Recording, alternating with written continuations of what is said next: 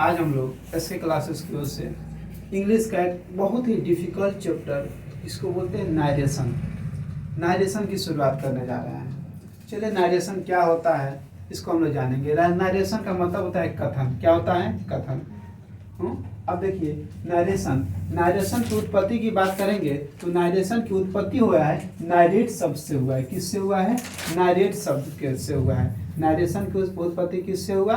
नारेट शब्द से हुआ। नारेट का मतलब क्या होता है? कहना या कहने के लिए।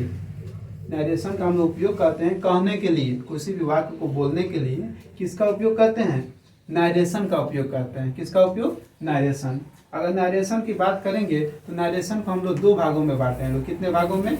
दो भागों में। कहने वाले बातों को कितने भागों में बांटे हैं लोग? दो भागों में। एक बात को सीधा सीधा बोलते हैं और एक बात को थोड़ा सा घुमा के बोलते हैं। जो सीधा सीधा बोलते हैं उसको बोलते हैं डायरेक्ट स्पीच। क्या बोलेंगे? डायरेक्ट। क्या हो गया? डायरेक्ट। और एक होता है इनडायरेक्ट स्पीच। क्या होता है? Indirect speech. आपको हम एग्जाम्पल के माध्यम से इसको समझाने का प्रयास करेंगे कि डायरेक्ट स्पीच क्या होता है और इनडायरेक्ट स्पीच क्या होता है। मान के चलिए कि दो आदमी हैं लोग, एक यहाँ पे नाम है सोनू और एक क्या है? पवन, और एक क्या है? रामू। रामू ने सोनू से बोला कि देखो, कल मैं इतना ना काम किया कि थक गया हूँ। क्या हो गया हूँ? थक गया हूँ। और ये बात को कौन देख रहा है? सोनू ने पवन से बोला कि देखो, हमने कल इतना काम किया कि थक गया हूँ। और ये बात को कौन सुन रहा है? रामू। रामू देख रहा है। रामू इसमें नहीं जमता है। अगला दिन आया, बोला सुनो ना, सोनू तुमको क्या बोल रहा था? अब कौन बोलेगा? पवन। यानी पवन को बोलने का दो तरीका है। क्या है? दो। यानी पहला, जो श्रवण बोला, सोनू बोला था, उस बात को सीधा सीधा बोल दे। क्या? उस बात को सीधा सीधा बोल दे कि क्या बोला है कि बोला था कि हम थक गए हैं। सीधा। नहीं तो उसको क्या करे? ये बोलेगा घुमा के कि देखो, वो हमको बोला था कि वो थका हुआ है। क्या हुआ है? वो थका हुआ है। ये बात को बोलेगा। यानी सीधा बात है। अगर उस बात को, सोनू के बात को सीधा सीधा रामू को कौन बता देगा? पवन बता देगा। वही बात तो हो जाएगा डायरेक्ट। और उसी बात को थोड़ा सा चेंज करके बताएगा तो ये क्या हो जाएगा? Indirect speech. मेन नरेशन में हम लोग स्पीच को ही जानते हैं कि कौन डायरेक्ट स्पीच है और कौन इनडायरेक्ट स्पीच है। तो देखिए, एक और एग्जांपल लेके बता रहे हैं। स्वीटी सेड, स्वीटी ने कहा, आई एम टायर्ड, मैं थका हुआ। अब देखिए, इसमें डायरेक्ट स्पीच क्या होगा? डायरेक्ट स्पीच का एक पहचान है। क्या है? एक पहचान है। ये हमेशा इन्वर्टेड कोमा के अंदर रहता है। क्या रहता है? इन्वर्टेड कोमा के अंदर रहता है। तो देखिए, I am tired inverted coma के अंदर है नू, तो इसको क्या बोले? Direct speech. क्या है? Direct speech. अगर इसको हमको इनडायरेक्ट में बदलना हो तो क्या करेंगे? तो देखिए, नाम का नाम लिख दिए, स्वीटी का स्वीटी हो गया, सेड का सेड हो गया। सेड के बाद इन्वर्टेड कोमा को हटा देंगे। जब भी डायरेक्ट स्पीच से इनडायरेक्ट स्पीच में आएंगे तो इन्वर्टेड कोमा क्या कहते हैं हम लोग? हटा देते हैं। तो हटा दिए, और हटाने के बाद क्या लगा दिए? डैट। क्या लगा दिए? डैट। इसके बाद वह बोला था। देखिए, अगर वो बोलेगा तो आई किस में बदल गया? ही में बदल गया। आई किस में बदल गया? ही में बदल गया। क्योंकि भाई, अगर उसको बोलेगा तो इसमें बोलेगा कि मैं बोला था, वह बोला था। क्या? वह बोला था। तो वह मतलब प्रोनाउन, यानी वह, ही वाज टायर्ड। यानी वो बोलेगा स्वीटी सेड टू मी, वह बोली कि वह क्या है? थकी हुई है। क्या है? वह थकी हुई है। यानी अब इसको इन्वर्टेड कोमा को हटा दिए, डायरेक्ट लगा दिए, तो ये क्या हो जाएगा? Indirect speech. क्या हो जाएगा? Indirect speech. देखिए, डायरेक्ट को इनडायरेक्ट के रूप में बदलने के लिए हम लोग, अब हम आपको इससे पहले इस पर एक्सरसाइज कराएंगे। तो एक्सरसाइज करने के बाद हम लोग क्या हो गया? ज़्यादा क्लियर होगा। अब ये आपको हम यही बताना चाह रहे हैं कि कौन डायरेक्ट स्पीच है और कौन इनडायरेक्ट स्पीच है।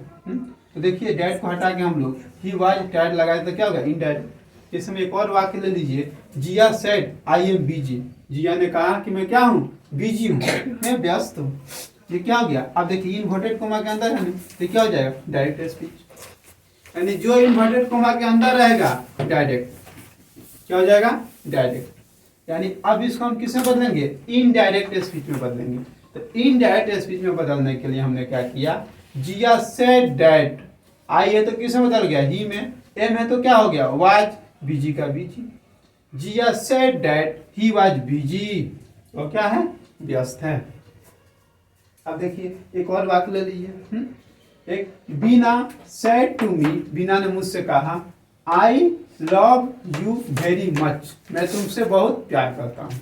अब देखिए ये देखिए यहाँ पे इसको इन्वर्टेड कोमा के अंदर हम लोग रखे हैं ना, ये कौन स्पीच हो गया, डायरेक्ट। क्या हो गया, डायरेक्ट। जो भी इन्वर्टेड कोमा के अंदर रहेगा वो कौन स्पीच रहेगा, डायरेक्ट स्पीच। कौन रहेगा, डायरेक्ट। अब इसको हमको क्या करना है, इनडायरेक्ट में बदलना है। चलिए बदल देते हैं हम लोग। बिना के बिना हो गया, सेड टू बदल जाता है टोल्ड, इसमें बदलता है टोल्ड, टोल्ड लगा दिए।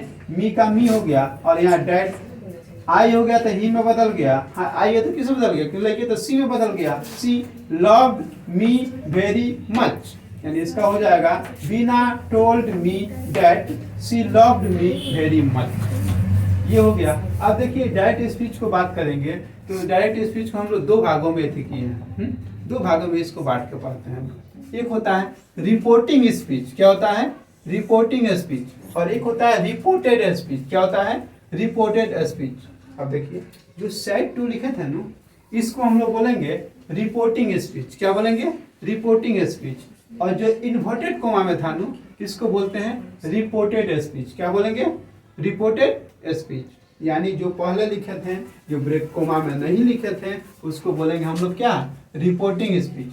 और जो कोमा में था उसको बोलेंगे रिपोर्टेड, यानी जो ब्रैकेट में था, जो हम लोग को डायरेक्ट था, उसको क्या बोलेंगे हम लोग, रिपोर्टेड। और जो ब्रैकेट में नहीं था उसको क्या बोलेंगे, रिपोर्टिंग, क्या बोलेंगे, रिपोर्टिंग। चलिए इस आगे देखते हैं फिर। रिपोर्टिंग स्पीच डायरेक्ट स्पीच का वह भाग होता है जो कोमा से क्या रहता है, कॉमन से बाहर रहता है। कॉमन से क्या रहता है जी, ये बाहर रहता है, इसी को क्या बोलते हैं, रिपोर्टिंग स्पीच।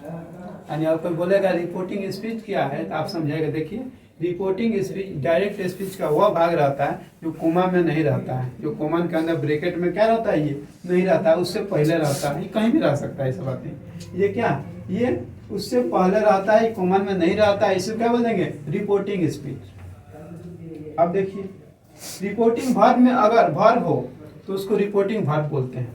रिपोर्टिंग वर्ब में अगर यहाँ पे हम लोग सेड टू या कोई वर्ब वाक्य लगा देंगे तो क्या बोलेंगे, रिपोर्टिंग वर्ब, क्या बोलेंगे, रिपोर्टिंग वर्ब।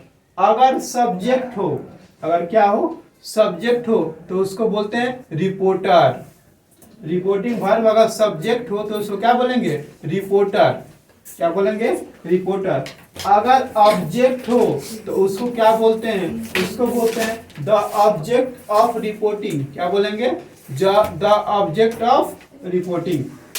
इस सारे बातों को हम लोग एक एग्जाम्पल के माध्यम से समझने का प्रयास करेंगे। देखिए मोहन सेड टू सोहन, मोहन ने सोहन से कहा, आई हेल्प यू, मैं तुम्हारी मदद करूंगा। तो देखिए ये मोहन आपको, ये रिपोर्टिंग वर्ब है क्योंकि पहले है, ये ब्रैकेट से क्या है, पहले है, तो ये क्या सब्जेक्ट का काम कर रहा है, इसको क्या बोलेंगे, रिपोर्टर, इसको क्या बोलेंगे, रिपोर्टर। सेड टू क्या है, वर्ब है, तो रिपोर्टिंग क्या हो गया, वर्ब हो गया। सोहन क्या है, ऑब्जेक्ट है, तो the object of reporting verb. और आपको ये पता है जो ब्रैकेट में रहता है उसको क्या बोलते हैं, रिपोर्टेड स्पीच, क्या बोलते हैं, रिपोर्टेड स्पीच। अगर देखिए एक बात याद रखेंगे, रिपोर्टिंग वर्ब जो होता है ना, सेंटेंस के पहले भी रह सकता है, बाद में भी रह सकता है, बीच में भी रह सकता है, याद रखिएगा। ये नहीं है कि रिपोर्टिंग स्पीच क्या हो, आपको पहले ही रहे, सेंटेंस के पहले भी हो सकता है, बाद में भी हो सकता है और बीच में भी हो सकता है। इसको एग्जांपल के माध्यम से समझेंगे लोग। He said I write a letter, देखिए ये क्या हो गया, रिपोर्टिंग, रिपोर्टेड स्पीच कहाँ है जी, अंत में है कि नहीं, अंत में हो गया, क्योंकि रिपोर्टेड स्पीच क्या रहता है जी, आपको ये आपको ब्रैकेट से बाहर अंदर आता है। देखिए तो ये अंदर है कि नहीं, इस ये तो ये क्या होगा, रिपोर्टेड, ये क्या होगा, ये आपको अंत में हो गया।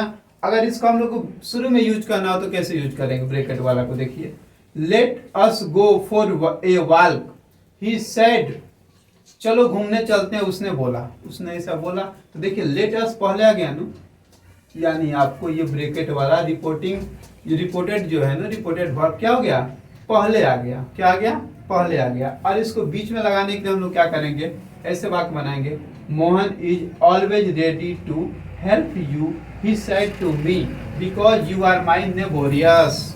मोहन आपकी मदद के लिए हमेशा तैयार है, उसने मुझसे कहा, क्योंकि तुम मेरी क्या हो, पड़ोसी हो।